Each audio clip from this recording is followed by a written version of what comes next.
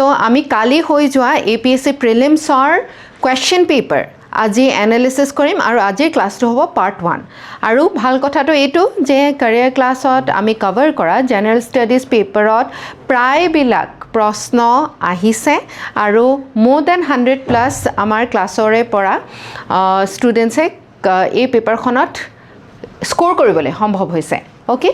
So আমি আজি যেটো বুকলেট লৈছো হেতু হৈছে সিৰিজ ডি ওকে সিৰিজ ডি আৰু আমি ইয়াৰ যেকিটা প্ৰশ্ন আছে এই প্ৰশ্নকিটা ভালদৰে বিশ্লেষণ কৰি সমাধান কৰিবলৈ যত্ন কৰিম ওকে সো হিয়াতে প্ৰথম প্ৰশ্নটো আমি দেখিছিলো সেট ডিৰ আসিলে ডাইৰেক্ট এয়াৰ ক্যাপচাৰৰ ওপৰত direct air capture is an emerging technology which of the following is true about direct air capture এই প্ৰশ্নটো কোনটো সেকশনৰ পৰা আহিছে ক'ব পাৰিবানে এয়াৰ আছে এয়াৰ ক্যাপচাৰৰ কথা কৈছে ঠিক আছে আৰু ইয়াত যেকেটা অপশন দিয়া হৈছে সেই অপশন কেটা দেখিলে তোমালোকে জানিব পাৰিবা যে এই প্ৰশ্নটো আহিছে এনভায়ৰনমেন্টৰ পৰা আৰু অধিকাংশ প্ৰশ্ন মানে আমি যদি চাও chronologically তেতে দেখিবলৈ পাও যে number of questions from environment are increasing পৰিবেশ প্ৰকৃতিৰ ওপৰত যে প্ৰশ্ন আছিল আগৰ তুলনাত এতে বৃদ্ধি পাবলৈ ধৰিছে তাৰ কাৰণটো হৈছে যে আমি দেখিছো গোলকীয় উষ্ণতা কিমান বাঢ়িছে ক্লাইমেট চেঞ্জ হোৱাৰ কাৰণে পৰিবেশ আৰু আমাৰ যেটো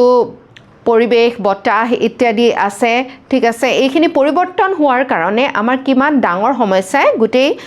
বিশ্ববাসী দেখা দিছে সো এটো তাৰে এটা প্ৰশ্ন ইয়াৰ খুদিছে ডাইৰেক্ট এয়াৰ ক্যাপচাৰটো কি হয় আৰু এই টেকনলজিতে এই প্ৰযুক্তিটোৰ লগত কোন কেটা ইয়াৰ ভিতৰ দিয়া ষ্টেটমেন্ট কাৰেক্ট হয় বা ট্ৰু হয় বা সঁচা হয় ওকে আৰু এবাৰ ভাল কথাটো এটো যে APSC এবাৰ অসমীয়াটো প্ৰশ্নসমূহ দিছে প্ৰত্যক্ষ বায়ুবন্দী হৈছে এটা উদ্যমান প্ৰযুক্তি ইয়াত নিম্নোক্ত কোনটো প্ৰত্যক্ষ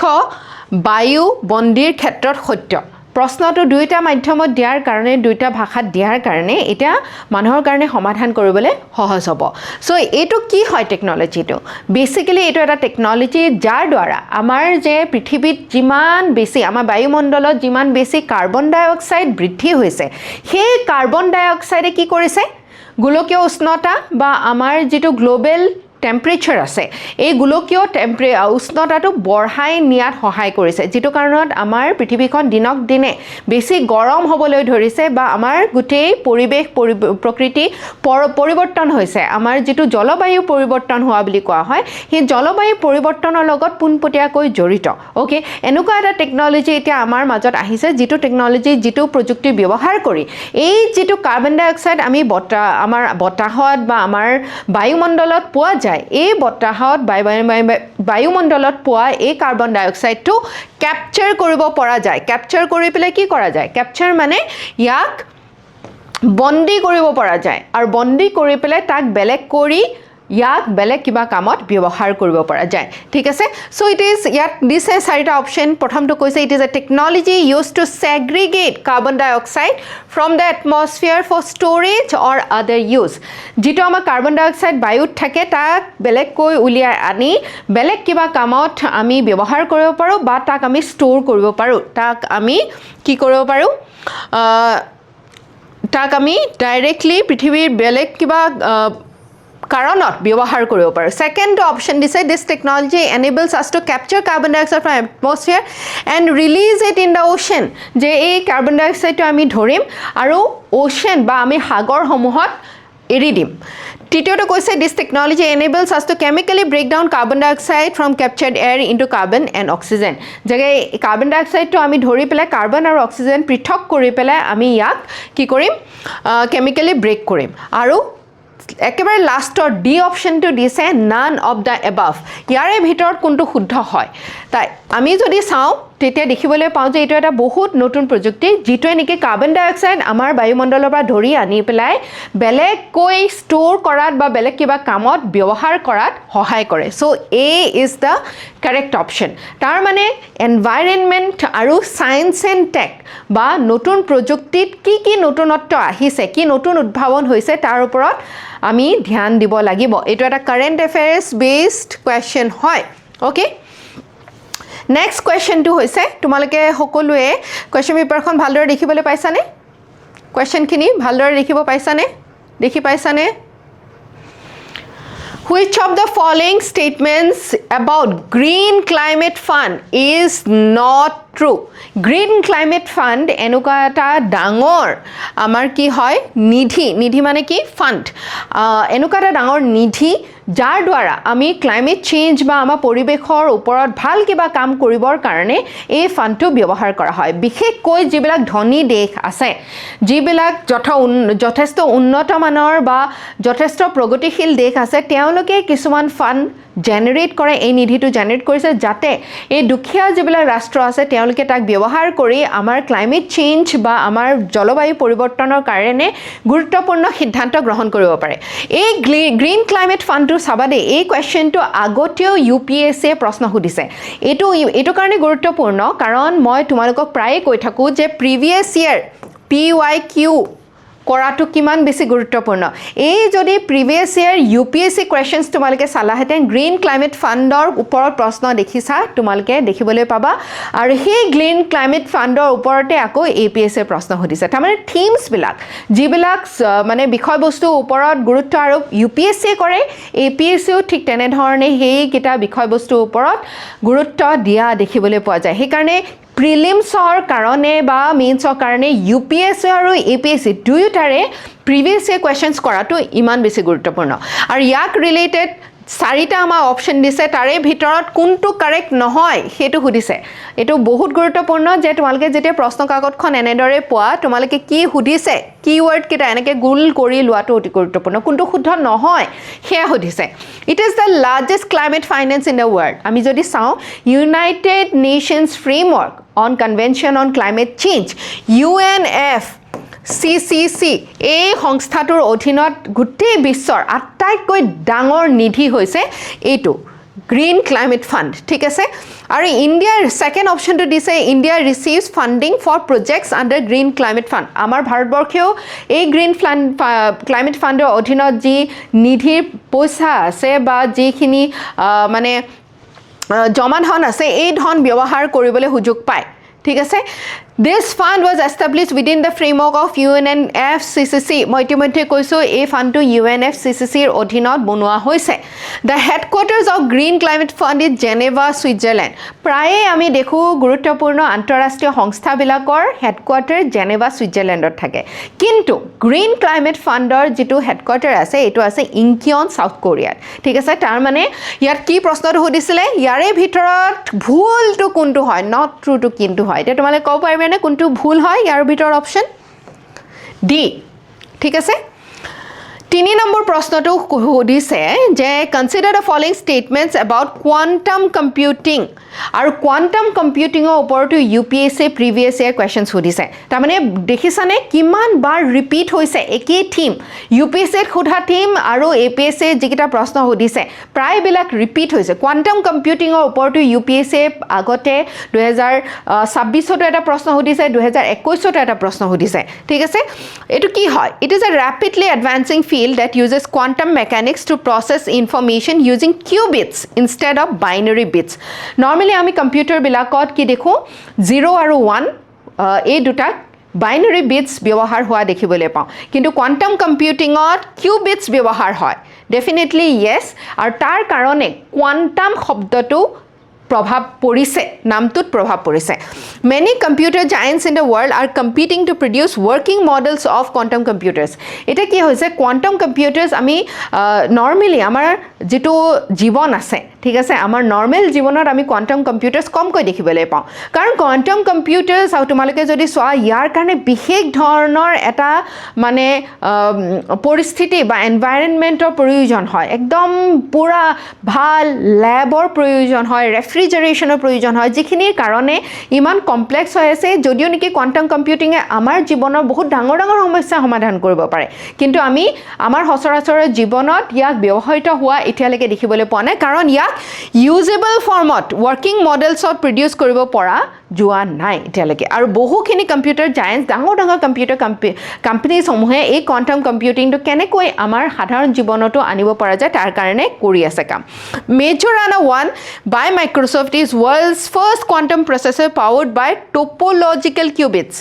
এটো শুদ্ধ হয় যদি তোমালোকে কাৰেন্ট এফেয়াৰ্স আৰু মানে সায়েন্স এণ্ড টেকৰ কাৰেন্ট এফেয়াৰ্স যদি চাইছা তেতিয়াহলে এইটো তোমালোকে দেখিছা যে মাইক্ৰোসফটে নতুন Majorana 1 বুলি এটা ফাৰ্স্ট কোৱাণ্টাম কম্পিউটিংৰ প্ৰজেক্ট লৈছে যিটো তেওঁলোকে টপোলজিক্যাল কিউবিটছৰ ব্যৱহাৰ কৰিছে নৰমালি এই কোৱাণ্টাম কম্পিউটিংত বহুখিনি সমস্যাৰ সৃষ্টি হয় কিন্তু সেই সমস্যাবিলাক দূৰ কৰি পেলাই মাইক্ৰোসফটে এতিয়া নতুন এটা প্ৰজেক্ট আৰম্ভ কৰিছে সেই কাৰণে এই তিনিওটাই শুদ্ধ হৈছে so C is the correct answer okay which of the following statements about ongoing FIFA World Cup 2026 is or are true etu jodi tumalke 12 June tarikhe moi jitu current affairs class loisilu সেই ক্লাসটো যদি তোমালোকে কৰিছা তাৰ পৰা পোনপটীয়া প্ৰশ্ন আহিছে একেবাৰে যি পঢ়াইছো তাৰ পৰা হুবহু প্ৰশ্ন আহিছে হেতু হৈছে A total of 32 teams are taking part in the tournament. Kuntu yare bhitor correct hoy hudise, true hoy hudise, hosa hoy hudise. Kimanta team totally participate korise moi koisilu tumalokok je 48 ta mood 48 ta 48 ta team e FIFA World Cup ot ebar participate korise. Aru ditiyo to mane statement dise USA, Canada aru Mexico are jointly hosting the tournament. Hoy ne nohoy? Yes. তিনিখন দেশে এইবাৰ FIFA World Cup 2026ৰ যেটো আমাৰ tournament হৈ আছে তাৰ যিবিলাক খেল হ'ব তিনিখন দেশে অনুষ্ঠিত কৰিব It is the first time 3 nations are taking part in the FIFA World Cup Yes, it is the first time যে তিনিখন দেশ একেলগে আহি এনেকুৱা এখন ফুটবল ওয়াৰ্ল্ড কাপ অনুষ্ঠিত কৰিছে তাৰ মানে কোনটো অপচন ইয়াৰ ভিতৰত কাৰেক্ট নহয় হেতু হৈছে একটো যদি আমি এলিমিনেট কৰি দিও দেখিছানে 2 and 3 is the correct answer হয়নে সো এনেকুৱা কৈ পঢ়াৰ ভিতৰতে প্ৰশ্নটো আহিলে আমাৰ মনটো ভাল লাগি যায় তাৰ পিছত আহিলে 5 number question the Bigram ivories can be dated between culture বা সভ্যতা সংস্কৃতিৰ ওপৰত অধিক গুৰুত্ব আৰোপ কৰিছে ইউপিএসসি ঠিক তেনেকৈ এপিএসসি গুৰুত্ব বৃদ্ধি কৰিছে আৰু বেগ্ৰাম আইভৰিজ এটো কি হয় বেগ্ৰাম আইভৰিজ কিনি আফগানিস্তানত মানে ডিসকভাৰ হোৱা কিছুমান আইভৰিজ মানে বুজি পোৱা নে হাতীৰ দাঁতেৰে খুদিত কিছুমান বিশেষ মানে ভাস্কৰ্য কিছুমান আমাৰ কোঠা শুৱনি কৰিবলৈ গৃহসজ্জা কৰিবৰ কাৰণে ব্যৱহাৰ হোৱা এনে ধৰণৰ কিছুমান ধুনীয়া ভাস্কৰ্য কোট ডিসকভাৰ হৈছিল আফগানিস্তানত কেতিয়াৰ হয় এবিলাক ফাৰ্স্ট আৰু সেকেন্ড সেঞ্চুৰী মানৰ এইখিনি বেগ্ৰাম আইভৰিজ হয় সেই সময়ত ভাৰতবৰ্ষত কোনে ৰুল কৰি আছিল কুশন এম্পায়াৰ কুশনৰ সাম্ৰাজ্য আছিল তেতিয়া ভাৰতবৰ্ষৰ সেই সময়ত এই বেগ্ৰাম আইভৰিজ বিলাক আমাৰ ফাৰ্স্ট সেঞ্চুৰী বা সেকেন্ড সেঞ্চুৰী লৈকে আমি দেখিবলৈ পাওঁ so A is the correct answer okay next আমাৰ প্ৰশ্নটো আহিছে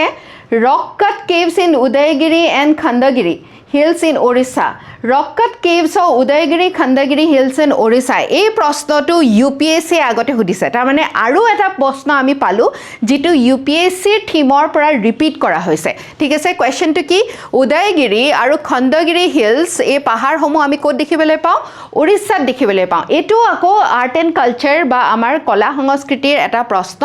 আৰু কাৰ লগত জড়িত হুদিছে আমি যদি চাওঁ এই উদয়গিৰি খণ্ডগিৰি হিলছ বিলাক জৈনিজমৰ লগত জৈন ধৰ্মৰ লগত জড়িত আৰু ইউপিএসসি যদি আমি চাওঁ তেতিয়া আমি দেখিবলৈ পাওঁ বৌদ্ধ ধৰ্ম আৰু জৈন ধৰ্মৰ ওপৰতো বহু প্ৰশ্ন আহে ঠিক তেনেকৈ এবাৰ এপিএসসি তো আমি এই প্ৰশ্নটো একেই প্ৰশ্ন ইউপিএসসি সোধা এটা প্ৰশ্ন দেখিবলৈ পাইছো নেক্সট 7 নম্বৰ কোৱেশ্চনটো হুদিছে Banskhera inscription is associated with which of the following kings কোনজন ৰজাৰ লগত বনসখেৰাৰ যেটো ইনস্ক্ৰিপশন বা লিপি শিলালিপি আছে ঠিক আছে এই লিপি কাৰ লগত জড়িত অশোক ৰজাৰ লগত কনিষ্কৰ লগত হৰ্ষবৰ্ধনৰ লগত নে ধৰ্মপালৰ লগত তোমালোকে হয়তো জানা যে ইয়েস ৰিয়াদ য়েছ হৰ্ষবৰ্ধন সেই সময়ৰ আমাৰ অসমৰ কোনজন ৰজাৰ লগত তেওঁ বন্ধুত্ব স্থাপন হৈছিলে কোৱাচোন ক'ব পাৰিবানে কুমাৰ ভাস্কৰ বৰ্মন হয়নে নহয় ভাস্কৰ বৰ্মনৰ লগত একেলগে মিলি শশাংক অফ গড়ৰ ৰজাক তেওঁলোকে পৰাজিত কৰিছিলে হয়নে সেই সময়তে এজন চীনা ভ্ৰমণকাৰী আমাৰ অসমত আহিছিলে কি আছিলে তেওঁৰ নাম Hiuen Tsang very good Hiuen Tsang আহিছিলে হয়নে চ' বনসখেৰা ইনস্ক্ৰিপশ্যনৰ হৰ্ষবৰ্ধনৰ কথা আমি দেখিবলৈ পাওঁ এইটো এটা আৰ্ট এণ্ড কালচাৰ আৰু হিষ্ট্ৰীৰ লগত এনচিয়েণ্ট হিষ্ট্ৰীৰ লগত জড়িত এটা প্ৰশ্ন অ'কে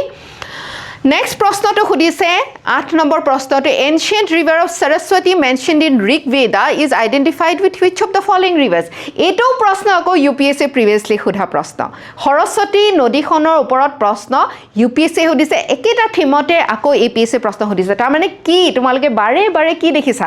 যে UPSCৰ থিমৰ ওপৰতেই APSC বাৰম্বাৰ প্ৰশ্ন সুধি আছে কেতিয়াবা কি কৰে প্ৰশ্নটো হুবহু একে কৰি দিয়ে কেতিয়াবা প্ৰশ্নটো হুবহু একে নাথাকে কেৱল থিমটোৰ ওপৰত বেলেগ এটা প্ৰশ্ন দিয়া হয় কিন্তু থিমটো একে থাকে বুজি পাইছানে চ' এই সৰস্বতী নদীখন ঋগবেদত বহুতবাৰ মেনশ্যন কৰা হৈছে ঠিক আছে ঋগবেদত যিটো নদী সূত্ৰ আছিলে ঠিক আছে নদী সূত্ৰত আমাৰ বেলেগ নদীবিলাকৰ কথা মেনশ্যন কৰা হৈছে আৰু নদী সূত্ৰৰ আটাইতকৈ বেছি কোনখন নদীৰ কথা মেনশ্যন কৰা হৈছে জানানে ইণ্ডাছ নদীখনৰ কথা হিন্দু নদীখনৰ কথা বেছিকৈ মেনশ্যন কৰা হৈছে ঠিক আছে কিন্তু আটাইতকৈ সিক্ৰেট বা আটাইতকৈ মানে যদি কোৱা হয় হোলি ৰিভাৰ বা আটাইতকৈ পুণ্য নদী বুলি কাক কোৱা হৈছে সৰস্বতী নদীখনৰ কথা কৈছে ঠিক আছে আৰু এই সৰস্বতী নদীখনক ৰিসেন্টলি আমাৰ স্যাটেলাইটৰ যুগেৰে ইয়াৰ পেলিওগ্ৰাফিক যিটো মানে এভিডেন্স আছে এই সৰস্বতী নদীখন আমি সকলোৱে জানো আজ বৰ্তমান সময়ত আছে নে নাই সৰস্বতী নদীখন বৰ্তমান সময়ত আছে নে ভাৰতবৰ্ষত সম্পূৰ্ণৰূপে আমি দেখিবলৈ নাপাওঁ কাৰণ সৰস্বতী নদীখন কালক্ৰমত শুকাই গ'ল ঠিক আছে সো কিন্তু ইয়াৰ কিছুমান পেলিওগ্ৰাফিক চ্যানেলছ বা নদীখনটো শুকাই গ'ল কিন্তু স্যাটেলাইটেৰে যেতিয়া ইয়াৰ ওপৰত মানে নিক্ষেপ কৰা হয় যেতিয়া চোৱা হয় তেতিয়া আমি দেখিবলৈ পাওঁ যে ইয়াৰ চ্যানেলসমূহ যিটো ৰাস্তাৰে ই বৈ গৈছিলে সেই ৰাস্তাটো ধৰিব পৰা যায় আৰু কোৱা হয় যে সতলজ আৰু যমুনা এই দুখন নদীৰ মাজত এই নদীখন আছিলে ঠিক আছে সো এই নদীখনৰ বৰ্তমান সময়ৰ ঘাগৰা হাকৰা যেটো চ্যানেল আছে ঠিক আছে এই ঘাগৰা হাকৰা চ্যানেলটোৰ লগত আমি জড়িত কৰিব পাৰো so correct answer is D okay next আকৌ এটা অতি গুৰুত্বপূৰ্ণ আমাৰ প্ৰশ্ন যেটো আমাৰ এনচিয়েন্ট আৰ্ট এণ্ড কালচাৰ বা আমাৰ হিষ্ট্ৰীৰ লগত জড়িত আছিল হেতু হৈছে which of the following inscriptions of early Assam was issued by Bhaskar Barman আমাৰ এজন বহুত ডাঙৰ ৰজা আছিল বৰ্মন ডাইনেষ্টি বৰ্মন যেটো আমাৰ বংশ আছিল আৰু তাৰে তেওঁ কিছুমান শিলালিপি বা আমাৰ কপাৰ প্লেটস বা আমাৰ তাম্ৰলিপি তেতিয়া সময়ত কি কৰিছিলে লিখিছিলে সেই লিপিবিলাকৰ পৰা আমি কি পাওঁ আমি সেই সময়ৰ কথা সেই সময়ৰ জাননীবিলাক পাওঁ যে সেই সময়ছোৱাত কি ঘটিছিল হয়নে সো ভাস্কৰ বৰ্মন বা বৰ্মন ডাইনেষ্টিটোৱে আমাৰ বৰ্মন বংশটোৱে আমাৰ ভাষা সাহিত্য সংস্কৃতি আমাৰ ঐতিহ্যৰ ওপৰত যথেষ্ট ডাঙৰ অৱদান আগবঢ়াই থৈ গৈছে আৰু এই বিভিন্ন ৰজাই বিভিন্ন সময়ত শিলালিপি তাম্ৰলিপি ইত্যাদি বিলাক কি কৰে প্ৰডিউস কৰে তেওঁলোকে লিখি উলিয়ায় আৰু তাৰ পৰা আমি হিষ্ট্ৰীটো আকৌ বুজিবলৈ আমি অৱকাশ পাওঁ ঠিক আছে সো ইয়াত তোমালোকে দেখিবা এই শিলালিপি তাম্ৰলিপিৰ ওপৰত APSC আগতে প্ৰশ্ন সুধিছে নে নাই সুধা APSC প্ৰিভিয়াছ কোৱেশ্চন চাইছা নে তোমালোকে এইটো এটা ফেভাৰিট কোৱেশ্চন হয় APSC আগতেও বহুবাৰ তেওঁলোকে এই copper plate inscription rock inscription শিলালিপি তাম্ৰলিপি ইত্যাদিৰ ওপৰত প্ৰশ্ন সুধিছে ইয়াত সুধিছে কি কোনটো ইয়াৰে ভিতৰত লিপি আমাৰ কুমাৰ ভাস্কৰ বৰ্মনে দিছিলে ঠিক আছে Dubi copper plates Nagajari stone inscription Tezpur copper plates আৰু বৰগাঁও কপাৰ প্লেটস ইয়াৰে ভিতৰত শুদ্ধটো হয় Dubi copper plate Nagajari stone inscription এইটো কিন্তু আমাৰ বৰ্মন ডাইনেষ্টি বৰ্মন বংশৰ সময়ৰে এটা মানে ইনস্ক্ৰিপশ্যন বা লিপি শিলালিপি কিন্তু ইয়াক মানে বহুত ভগ্নাৱশেষত বহুত বেয়া অৱস্থাত আমি পাইছোঁ কাৰণে কিনো লিখা হৈছে ভালকৈ আমি ধৰিব পৰা নাই ঠিক আছে তেজপুৰ কপাৰ প্লেট কাৰ লগত জড়িত জানানে শালস্তম্ভ বংশৰ লগত জড়িত Tezpur copper plates Bargaon copper plates কাৰ লগত জড়িত শালস্তম্ভ বংশৰ পিছত কোনটো বংশ আহিছিলে আমাৰ অসমত ৰুল কৰিবৰ কাৰণে শাসন কৰিবৰ কাৰণে পাল বংশ হয়নে সো পাল বংশৰ লগত বৰগাঁও কপাৰ প্লেটছ ইনস্ক্ৰিপশ্যনছ বিলাক জড়িত হৈ আছে ঠিক আছে নেক্সট প্ৰশ্নটো আমি আহিলো which of the following with reference to the Indus Valley civilization consider the following pairs and sites and their notable archaeological findings ঠিক আছে হিন্দু উপত্যকা সভ্যতাৰ কথা আমি সকলোৱে জানো আৰু তাৰ প্ৰাচীন স্থান আৰু সেইবোৰৰ লগত উল্লেখযোগ্য প্ৰত্নতাত্ত্বিক আৱিষ্কাৰসমূহৰ হিচাপত নিম্নোক্ত যিবিলাক জুতিবোৰ আছে তাক বিবেচনা কৰা তাৰমানে ইয়াক আমি মেচ কৰিব লাগে মেচ দ্য ফলোইং ওকে আৰু তোমালোকে জানা UPSC আৰু APSC ৰ কাৰণে Indus valley civilisation to IVC টো অতি গুৰুত্বপূৰ্ণ ঠিক আছে আৰু ইয়াৰ ওপৰত প্ৰায়ে প্ৰশ্ন আমি UPSC টো দেখো প্ৰায়ে প্ৰত্যেক বছৰে এটা প্ৰশ্ন আমি দেখিবলৈ পাওঁ এবাৰো আমি APSC ত এই 10 নম্বৰ প্ৰশ্নটো দেখিছো লোথাল কালিবঙ্গন ধোলাভিৰা বনৱালী তোমালোকে জানা যে ইণ্ডাছ ভেলীৰ যিটো চিভিলাইজেশ্যন সভ্যতা আছিলে তাৰ কেইবাটাও সাইটছ আমি পাকিস্তান তাৰ লগতে আমাৰ ভাৰতবৰ্ষ আফগানিস্তানত হিচৰিত হৈ থকা দেখিবলৈ পাওঁ তাৰে ভিতৰত এইকেইটা কিন্তু অতি গুৰুত্বপূৰ্ণ ঠিক আছে আমি লোথালত কি পাওঁ বাৰু কালিবঙ্গনত কি পাওঁ কালিবঙ্গনত মোৰ মনত আছে এভিডেন্স অফ প্লাউড ফিল্ড তাৰমানে হাল বোৱা মাটিৰ আমি কিছুমান মানে ৰৈ যোৱা পথাৰৰ প্ৰমাণ দেখিবলৈ পাওঁ ঠিক আছে ধোলাভিৰাত কি আছে ধোলাভিৰাত আমাৰ লোথালত আছে আমাৰ remains of a large dockyard ঠিক আছে আৰু ধোলাভিৰাত আছে 10 large signs of the script ধোলাভিৰাত আছে তাৰমানে আমি এই মানে লিপিবোৰত থকা 10টা বৃহৎ আকাৰৰ চিহ্ন আমি দেখিবলৈ পাওঁ আৰু বনৱালীত আছে terracotta replica of a plough মানে নাঙলৰ ৰেপ্লিকা এটা আমি ক'ত দেখিবলৈ পাওঁ বনৱালীত দেখিবলৈ পাওঁ বনৱালী ক'ত আছে ৰাজস্থানত আছে লোথাল ক'ত আছে গুজৰাটত আছে হয়নে এইবিলাক জেগা তোমালোকে প্লট কৰিব লাগে এইটো জিঅ'গ্ৰাফিও পৰি যায় লগে লগে হিষ্ট্ৰীও পৰি যায় ঠিক আছে সো এৰ লগত যদি আমি 2 চাওঁ তেতিয়াহ'লে এৰ লগত 2 দুটা অপশ্যনত আছে বিৰ লগত 1 দুটা অপশ্যনত আছে এতিয়া চিৰ লগত 4 কিন্তু বিত আছে so B is the correct option okay next প্ৰশ্নটো হৈছে এইটো অসম ভিত্তিক প্ৰশ্ন অতি গুৰুত্বপূৰ্ণ প্ৰশ্ন with reference to contribution of Semson Sing Ingti consider the following statement আমাৰ কাৰ্বি সমাজৰ কাৰণে কাৰ্বি স্বায়ত্তশাসিত পৰিষদৰ কাৰণে স্যামছং সিং ইংটি এটা ডাঙৰ অৰিহণা আছে ঠিক আছে তেওঁ আমাৰ স্বাধীনতা আগৰে পৰা বহু যত্ন কৰিছিলে কাৰ্বি সমাজক একত্ৰিত কৰিবৰ কাৰণে কাৰ্বি যিটো আমাৰ জনগোষ্ঠী আছে আমি জানো যে হিল কাৰ্বিও আছে পাহাৰত বাস কৰা কাৰ্বিসকল আছে ভয়ামতো কাৰ্বিসকল আছে ঠিক আছে আৰু আমাৰ এই মানে অসমৰ একদম সন্স অফ দ্য সইল হয় তাৰমানে আমাৰ মাটিৰ লগত জড়িত তেওঁলোক হৈছে আমাৰ খিলঞ্জীয়া এক জনগোষ্ঠী ঠিক আছে আৰু তেওঁলোকৰ বিশেষ মানে মৰ্যাদাৰ কাৰণে তেওঁলোকৰ কাৰণে বিশেষ সুবিধা প্ৰদান কৰিবৰ কাৰণে তেওঁ সেই সময়তে আমাৰ গোপীনাথ বৰদলৈ যিটো সাব কমিটি আছিলে তাত তেওঁ এইটো কৈছিলে যে কাৰ্বিসকলক 6 স্কেডিউলৰ অধীনত মৰ্যাদা দিব লাগে so he played a crucial role in as a coopted member in Bordoloi sub committee তেওঁ এইটো বহুত ডাঙৰ কথা বহুত ডাঙৰ গুৰুত্বপূৰ্ণ সিদ্ধান্তত অংশগ্ৰহণ কৰিছিলে আৰু খুব কম বয়সীয়া মানুহ আছিলে কেৱল 38 বছৰত তেওঁ এই মানে জীৱনৰ পৰা জীৱন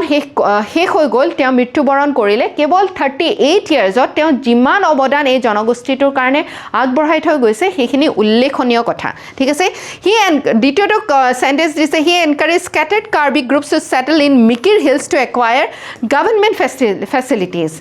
এইটো কথা শুদ্ধ নহয় ঠিক আছে গভৰ্ণমেণ্ট ফেচিলিটিজ তেওঁ দেখিবই নাপালে 1948তে 1948 চনতে তেওঁৰ দেহাৱসান হৈছিলে যিটো কাৰণত তাৰ পিছত যিখিনি সা সুবিধা প্ৰদান কৰিলে বা আমাৰ কাৰ্বি স্বায়ত্তশাসিত পৰিষদ স্থাপন হ'ল প্ৰতিষ্ঠা হ'ল সেইখিনি তেওঁ ভাল কথাখিনি দেখিব নোৱাৰিলে কিন্তু সেইখিনিৰ কাৰণে তেওঁ বহুখিনি সংগ্ৰাম কৰিছিলে বহুখিনি কথাত আগভাগ লৈছিলে he advocated for the complete separation of Karbi Anglong from the state of Assam to form independent Karbi state absolutely wrong এইটো কথা তেওঁ কেতিয়াও কোৱা নাছিলে আৰু তেওঁ এইটোৱে বিচাৰিছিলে যে অসমৰ অধীনতে তেওঁলোক মানে কাৰ্বি জনগোষ্ঠীয় যিসকল লোক আছে তেওঁলোকক বিশেষ ধৰণৰ সুবিধা বা মৰ্যাদা প্ৰদান কৰা হয় আৰু 3 to যদি আমি এলিমিনেট কৰি দিওঁ তেনেহলে 1 and 2 and 1 and 4 is the correct answer বুলি কোন তাৰ ভিতৰত কি কোনটো খসা হয় he is known as the father of Karbi Anglong Autonomous Council হয় তেওঁ কাৰ্বি আংলঙৰ যেটো আমাৰ স্বায়ত্তশাসিত পৰিষদ আছে তাৰে ফাদাৰ বা তাৰ জন্মদাতা বুলি কোৱা হয় যদিও সেই কাৰ্বি আংলং অটোনমাস কাউন্সিলৰ প্ৰতিষ্ঠা হোৱা তেওঁ দেখিবলৈ নাপালে so A is the correct answer okay next আমি পেজলৈ যাওঁ next পেজলৈ যাবলৈ বৰ দিগদাৰ দি আছে আহিলো এতিয়া সো 12 নম্বৰ কোৱেশ্চনটো সুধিছে ৰুদ্ৰসিংহ স্বৰ্গদেউ ৰুদ্ৰসিংহৰ কথা স্বৰ্গদেউ ৰুদ্ৰসিংহৰ কথা he wanted to conquer Bengal and extend his territory because তেওঁ কি কৰিছিলে তেওঁ সাম্ৰাজ্যখন আৰু বেছি বহল কৰাৰ এক মানসিকতা নিজৰ মাজত পুহি ৰাখিছিলে ঠিক আছে এক মানস ৰাখিছিলে সেই উদ্দেশ্যে প্ৰশ্নটো কৰা হৈছে স্বৰ্গদেউ ৰুদ্ৰসিংহ কাৰ পুত্ৰ আছিল জানানে ক'ব পাৰিবানে কোনোবাই স্বৰ্গদেউ ৰুদ্ৰসিংহ কাৰ পুত্ৰ আছিল ভেৰি গুড গদাধৰ সিংহৰ পুত্ৰ আছিল আৰু তেওঁৰ আহোম নামটো কি আছিল তাই আহোম নামটো কি আছিল ৰুদ্ৰসিংহৰ সুখ্ৰুংফা আছিলে হয়নে সো তেওঁ এই যে বেংগল দখল কৰিবৰ কাৰণে চেষ্টা কৰিছিলে তাৰ কাৰণ কি আছিলে কাৰণ তেওঁৰ আগতেও তেওঁৰ যেতিয়া দেউতাক পিতৃৰ যেতিয়া শাসনকাল আছিলে তেতিয়াও মুঘলে আমাক আক্ৰমণ কৰিছিলে হয়নে আৰু মুঘলে আক্ৰমণ কৰাৰ পিছত বহুতবাৰ যেতিয়া আমাৰ অসম মাতৃক বহুতবাৰ আঘাত দিছিলে তাৰ পিছত স্বৰ্গদেউ ৰুদ্ৰসিংহই এইটো নিজৰ মনত তেওঁ এইটো কথা পুহি ৰাখিছিলে যে তেওঁ বেংগলক এটেক কৰিব আৰু আমাৰ ওপৰত আক্ৰমণ কৰি মানসৰ লকে আমাৰ যে মানস নদীখন আছে তিতাৰলৈকে বেংগলে নিজৰ আধিপত্য বিস্তাৰ কৰাত সক্ষম হৈছিলে হে তাৰ প্ৰত্যুত্তৰ দিব আৰু তাৰ কাৰণে তেওঁ কি কৰিছিলে যিমান হিন্দু ৰজা আছিলে ঠিক আছে বা জনগোষ্ঠীয় আমাৰ খিলঞ্জীয়াৰ ৰজাসমূহ আছিলে জয়ন্তীয়া ৰজা ত্ৰিপুৰাৰ ৰজা তাৰ পিছত আমাৰ কোচ ৰজা সকলোকে একেলগ কৰি পেলাই এক ডাঙৰ শক্তি এক ডাঙৰ বিপ্লৱ কঢ়িয়াই আনিবলৈ আধিপত্য বিস্তাৰ কৰা এক মানসিকতা তেওঁ ৰচিছিলে সেই কাৰণে কিহৰ কাৰণে কাৰণ বাৰে বাৰে যে মুঘলে আমাক আক্ৰমণ কৰি আছিল তাৰ যাতে উচিত প্ৰত্যুত্তৰ আমাৰ ফালৰ পৰা তেওঁলোকে পায় so he wanted two form আ হিন্দু কনফেডাৰেচি তেওঁ হিন্দু মিত্ৰ সংঘ গঠন কৰিব বিচাৰিছিল হয় মুছলমানৰ বা ইছলাম ধৰ্মাৱলম্বী যিসকলে আক্ৰমণ বাৰে বাৰে কৰি আছিল তাৰে এটা প্ৰত্যুত্তৰ দিবৰ কাৰণে তেওঁ যত্ন কৰিছিল কাৰণ যেতিয়া ঔৰংজেবৰ মৃত্যু হৈছিল তাৰ পিছত সেই সময় আহিছিল যে মুঘল সাম্ৰাজ্যৰ ওপৰত দিল্লী সালতানেটৰ ওপৰত তেওঁ আৰু বা বেংগলৰ ওপৰত তেওঁ আক্ৰমণ কৰিব পাৰে ঠিক আছে so this is correct he wanted to be all powerful supreme ruler of the world নহয় সেই মানস তেওঁ ৰখা নাছিলে নিজৰ মনত যে তেওঁ ভাৰতবৰ্ষৰ সবাতোকৈ শক্তিশালী শাসক হ'ব বিচাৰিছিলে এইটো কথা নহয় ঠিক আছে so this is not correct he wanted to include a part of river Ganga in his kingdom Ganga উপত্যকাৰ একাংশ তেওঁ সাম্ৰাজ্যৰ অধীনত আনিবলৈ চেষ্টা কৰিছিলে he wanted to take revenge upon the Mughals হয়নে নহয় তেওঁ মুঘলসকলক ৰিভেঞ্জ ল'বৰ কাৰণে তেওঁ মানসিকতা পুহি ৰাখিছিলে হয়নে নহয় সৰি গংগা উপত্যকাৰ এটা পাৰ্ট তেওঁ ইনক্লুড কৰা এইটো মানসিকতা তেওঁ ৰাখা নাছিলে 1 and 4 is the correct answer he wanted to take revenge upon the Mughals sorry আসলতে ইয়াত 4 টো একেবাৰে অশুদ্ধ বুলি আমি ক'ব নোৱাৰো so 1 and 3 is the correct answer 4 টো একেলগে যেহেতু অপচনে দিয়া নাই A will be the correct answer okay 13 number প্ৰশ্নটো সুধিছে given below are two statements labeled as assertion and reason ঠিক আছে ৰাফ ফিচ বুলি এজন ব্যক্তি বাহিৰৰ ব্যক্তি বা আমাৰ দেশৰ বাহিৰৰ ব্যক্তি ওকে এজন বিদেশী মূলৰ ব্যক্তি কোচবিহাৰত 1585 চনত 1585 চনত আহি পেলাই তেওঁ কাক লগ কৰিছিলে মহাৰাজা নৰনাৰায়ণ দেৱক লগ কৰিছিলে ঠিক আছে আৰু তেওঁৰ বিষয়ে তেওঁ কি কৈ থৈ গৈছিলে according to him Naranarayan established hospitals even for animals and birds and they did not kill any creatures ঠিক আছে ৰাফ ফিচ কোন আছিলে এটা প্ৰায় দেখিবা UPSCও এনেকুৱা থিমত প্ৰশ্নবিলাক সোধে কোনটো থিম যে বৰ্হি দেশৰ পৰা আমাৰ বাহিৰৰ পৰা অহা ট্ৰেভেলাৰ বা তেওঁলোকে যে আমাৰ দেশলৈ বেলেগ দেশৰ পৰা আহিছে যেনেকৈ হিউৱেন চাং এটা সময়ত আহিছিলে চাইনাৰ পৰা আইচিং আহিছিলে জিন বাপ্টিষ্ট ট্ৰেভেলাৰ আহিছিলে মৰক্কোৰ পৰা ইবন বতুতা আহিছিলে এইবিলাকৰ ওপৰত প্ৰশ্ন সোধা হয় কাৰণ তেওঁলোকে যেতিয়া আমাৰ দেশ ভ্ৰমণ কৰে তেওঁলোকে বহু কথা লিপিবদ্ধ কৰে সেই কথাৰ পৰা আমি সেই সময়ৰ বহু কথা জানিব পাৰোঁ ঠিক তেনেকৈ ৰাফ ফিচ ক'ৰ পৰা আহিছিলে জানানে ৰাফ ফিচ আহিছিলে ইংলেণ্ডৰ পৰা ঠিক আছে আৰু সেই সময়ৰ আমাৰ কোচ সাম্ৰাজ্য কমতাপুৰৰ সাম্ৰাজ্যৰ ৰজা আছিলে মহাৰাজ নৰনাৰায়ণ আৰু তেওঁ যেতিয়া নৰনাৰায়ণৰ ৰাজসভাত আহিলে তেওঁ আচৰিত হৈ গৈছিলে সেই সময়ৰ শাসন প্ৰণালী দেখি ঠিক আছে আৰু তেওঁ দেখিছিলে যে মহাৰাজ নৰনাৰায়ণৰ সময়ত হস্পিটেলছ এষ্টাব্লিছ কৰা হৈছিলে even for animals and birds and they did not kill any living creatures Maharaj নৰনাৰায়ণে কাৰ আদৰ্শৰ দ্বাৰা প্ৰভাৱিত হৈছিলে ক'ব পাৰিবানে একেবাৰে সাধাৰণ প্ৰশ্ন মহাপুৰুষ কোনজন মহাপুৰুষ শ্ৰীমন্ত শংকৰদেৱ হয়নে আৰু শ্ৰীমন্ত শংকৰদেৱে অহিংসাৰ কথা কৈছেনে নাই কোৱা মহাপুৰুষ শ্ৰীমন্ত শংকৰদেৱে অহিংসাৰ কথা কৈছে ঠিক আছে আমি কোনো জীৱ জন্তুক মৰা বা হত্যা কৰাৰ পক্ষত তেওঁ নাছিলে আৰু সেই আদৰ্শৰে মহাৰাজ নৰনাৰায়ণে এষ্টাব্লিছ কৰিছিলে হস্পিটেলছ যদিও APSC কৈছে both statements are true and R is the correct explanation of A ঠিক আছে হয় দুইটা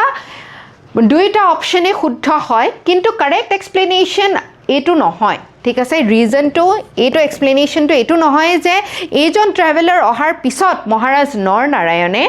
এই হস্পিটেলছবিলাক এষ্টাব্লিছ কৰিছিলে তাৰ আগতেই মহাৰাজ নৰনাৰায়ণে এষ্টাব্লিছ কৰিছিলে তেওঁ আহি আশ্চৰ্যচকিত হৈছিলে যে ৰজাই এই পশুপক্ষীৰ কাৰণেও এখন হস্পিটেল নিৰ্মাণ কৰিছে বা এখন হস্পিটেল ৰাখিছে ঠিক আছে কিন্তু APSCয়ে এইটোৱে কাৰেক্ট ৰিজন বুলি দিছে ওকে কাৰণ অন্যকিটা অপশ্যন নাই য'ত both option are true okay so next প্ৰশ্নটো আছিলে 14 নম্বৰ প্ৰশ্ন এইটোত অকণমান আগতে যে আমি কথা পাতিছিলোঁ ঠিক আছে যে আহোম ৰজাসকলৰ টাই আহোম স্বৰ্গদেউসকলৰ মানে টাই আহোম নামটো আৰু আমাৰ হিন্দু নামকেইটা বেলেগ আছিলে তাৰে ওপৰত এইটো লিখিবলৈ দিছে ৰুদ্ৰসিংহ গদাধৰ সিংহ গৌৰীনাথ সিংহ আৰু শিৱসিংহ গদাধৰ সিংহৰ নাম কি আছিলে কোনে ক'ব পাৰিব সুপাতফা ভেৰি গুড আৰু ৰুদ্ৰসিংহদেৱৰ নাম কি আছিলে স্বৰ্গদেউ ৰুদ্ৰসিংহৰ শুক্ৰংফা আৰু গৌৰীনাথ সিংহৰ কি আছিলে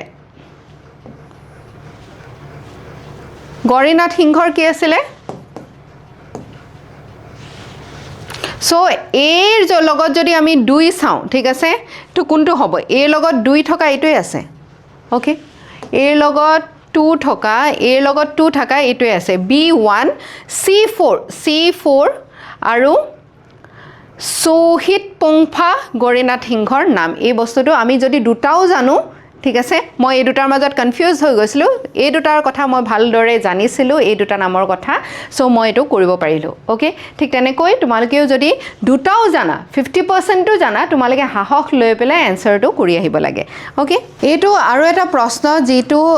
আগতে আমাৰ prelims UPSC prelimsৰ প্ৰশ্ন সুধিছিলে which of the following statements is or are correct about the play নীল দৰ্পণৰ লগত জড়িত কোনকিটা ষ্টেটমেন্ট কাৰেক্ট হয় নীল দৰ্পণ কোনে লিখিছিলে জানানে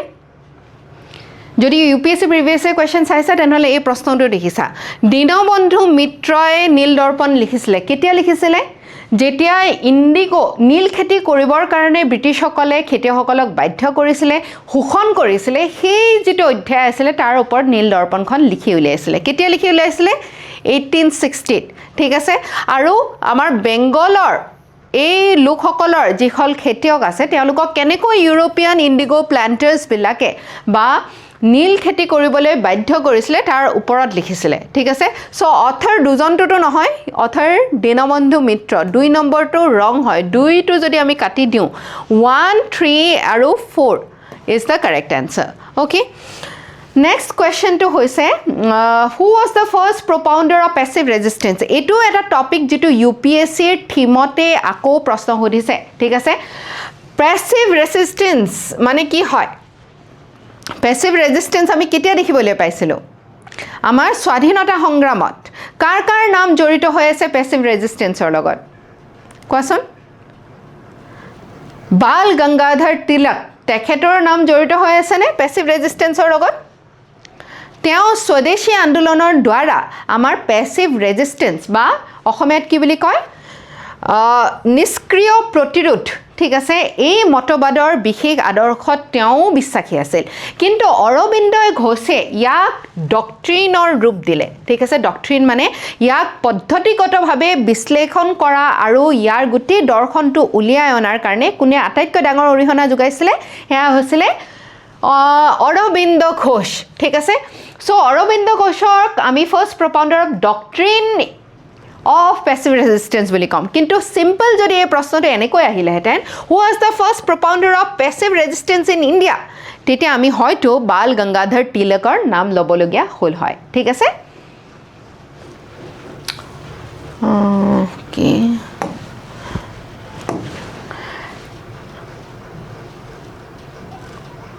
তাৰ পিছত এটা বহুত ধুনীয়া প্ৰশ্ন আহিছিলে অথৰ আৰু কোনজন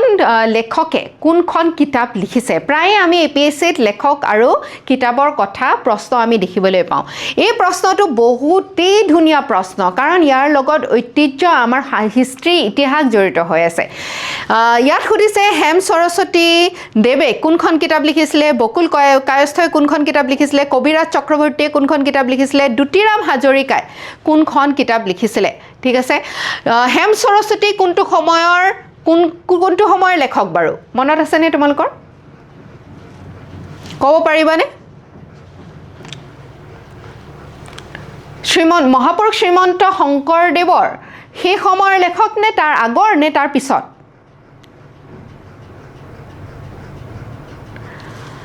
আচ্ছা হেম সৰস্বতী ডাঙৰীয়া তেওঁ আছিল মহাপুৰুষ শ্ৰীমন্তৰ আগৰ সময়ৰ এজন বিখ্যাত লেখক ঠিক আছে আৰু তেওঁ কি লিখিছিলে তেওঁ লিখিছিলে প্ৰহ্লাদ চৰিত্ৰ ঠিক আছে প্ৰহ্লাদ চৰিত্ৰ তেওঁ লিখিছিল আৰু তেওঁ তাৰ লগতে অন্যান্য বিভিন্ন কিতাপ লিখি পেলাই আমাৰ অসমীয়া ভাষা সাহিত্যলৈ বহুত ডাঙৰ অৱদান আগবঢ়াই থৈ গৈছে বকুল কায়স্থ তেওঁ কি লিখিছিলে বকুল কায়স্থই কি লিখিছিলে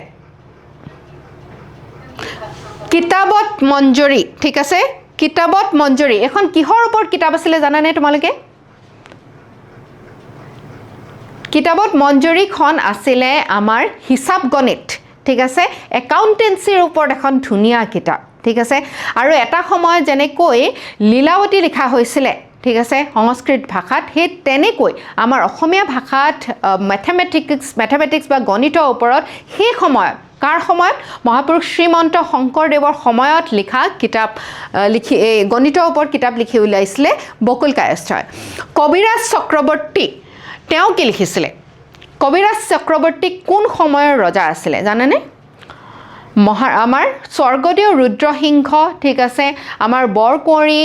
পৰমথেশ্বৰী তাৰ পিছত শিৱসিংহ তেওঁলোকৰ কালৰ এগৰাকী আমাৰ কোৰ্ট পোয়েট আছিলে মানে আমাৰ ৰাজ দৰবাৰৰ কবি আছিলে কোন আছিলে কবিৰাজ চক্ৰৱৰ্তী আৰু তেওঁ কি লিখিছিলে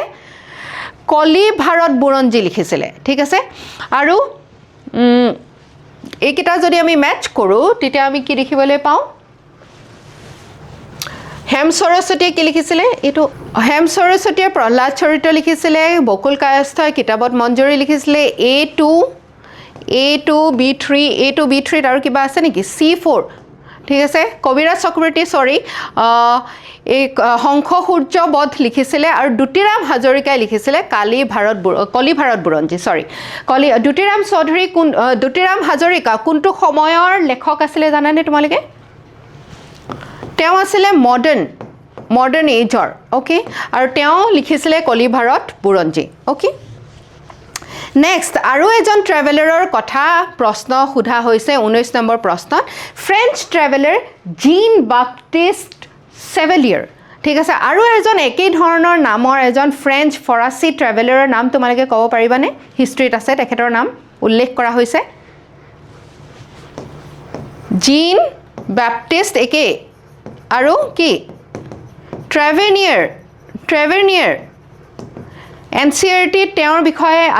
আলোচনা কৰা হৈছে ঠিক আছে জীন বাপ্টিষ্ট ট্ৰেভেনিয়াৰ আৰু জীন বাপ্টিষ্ট চেভেলিয়াৰ দুয়োজনে কিন্তু অসমৰ বিষয়ে লিখি থৈ গৈছে ঠিক আছে জীন বাপ্টিষ্ট ট্ৰেভেনিয়াৰ তেওঁ কেতিয়াও অসমলৈ অহা নাছিলে ঢাকাৰলৈকে আহিছিলে আৰু অসম বুৰঞ্জীৰ ওপৰত আমাৰ বিশেষকৈ টাই আহোম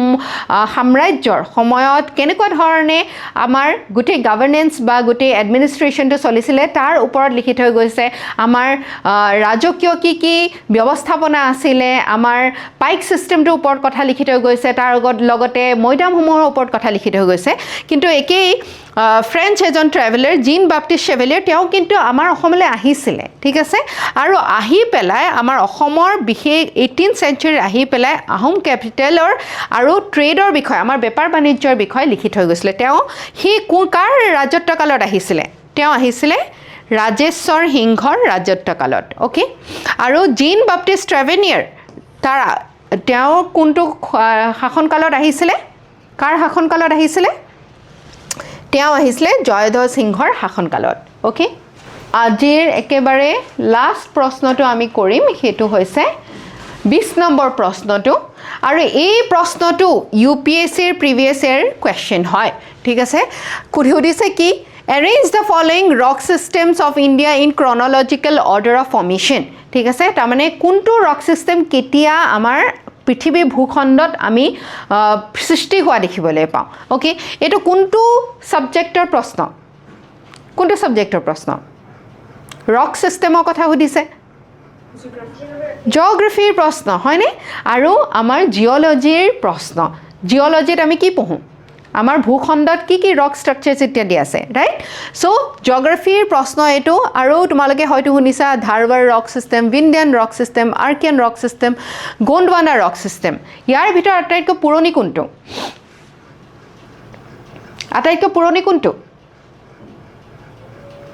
আটাইতকৈ পুৰণি হৈছে আৰ্কিয়ান ৰক সিস্টেম ঠিক আছে এটো যদি জানা তেনেহলে তোমালোকে 50-50 আহিব পাৰা নে এটোটো নহয়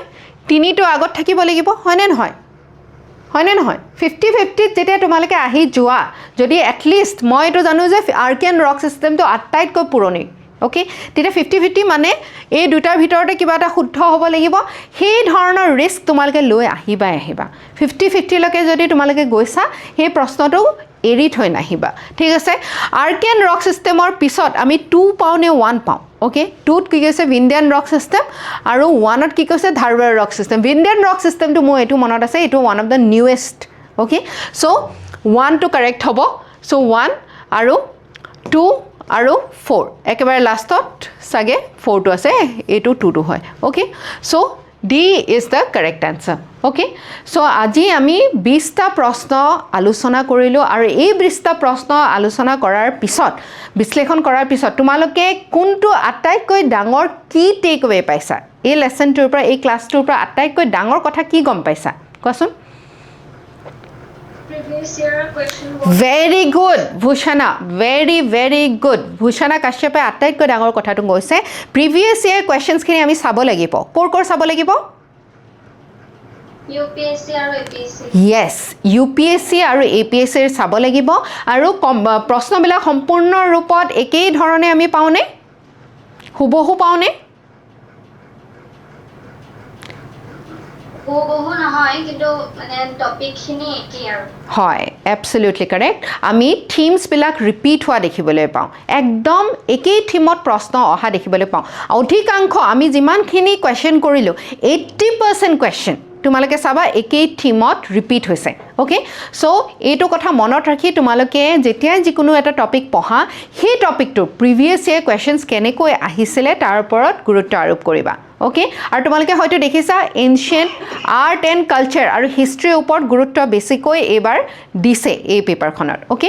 নেক্সট ক্লাছ কেইটাত আমি এনেকৈ পাৰ্ট বাই পাৰ্ট বাকি যিখিনি প্ৰশ্ন আছে সেই প্ৰশ্নখিনিও সমাধান কৰিম okay with this we wrap up today session thank you so মাচ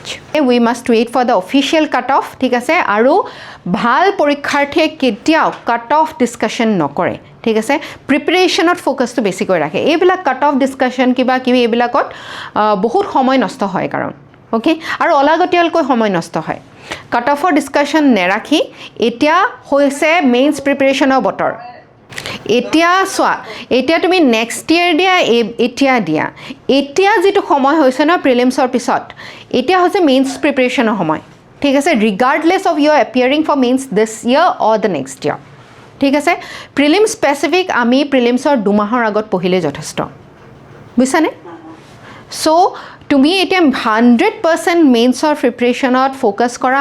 আমি এতিয়া যিখিনি ক্লাছেছ আৰম্ভ কৰিম তাতো আমি মেইনছ ফ'কাছতে ৰাখিম ঠিক আছে মেইনছৰ স্পেচিফিক যিখিনি টপিকছ বেছিকৈ প্ৰয়োজন হয় যেনে ইণ্টাৰনেল ছিকিউৰিটি এথিক্স ঠিক আছে ছ'চাইটি ইত্যাদি সেইসমূহ টপিকছ আমি কভাৰ কৰিম আৰু তুমিও এই সময়ত এনচাৰ ৰাইটিঙৰ ওপৰত বেছিকৈ গুৰুত্ব দিয়া আমি গোটেই বছৰটো বেছিভাগ সময় এনচাৰ ৰাইটিঙৰ ওপৰত গুৰুত্ব বেছিকৈ দিওঁ MCQ লগে লগে চলি থাকে সমান্তৰালকৈ কিন্তু এনচাৰ ৰাইটিংটো আমি বাদ নিদিওঁ বুজিছেনে সেইটো এনেকুৱা নহয় যে মেইনছৰ সময়তহে আমি লিখিম it should go' whole round the year Okay, thank you so much for taking this class. We will meet again in the next class with a fresh discussion on the APSA this year's question paper.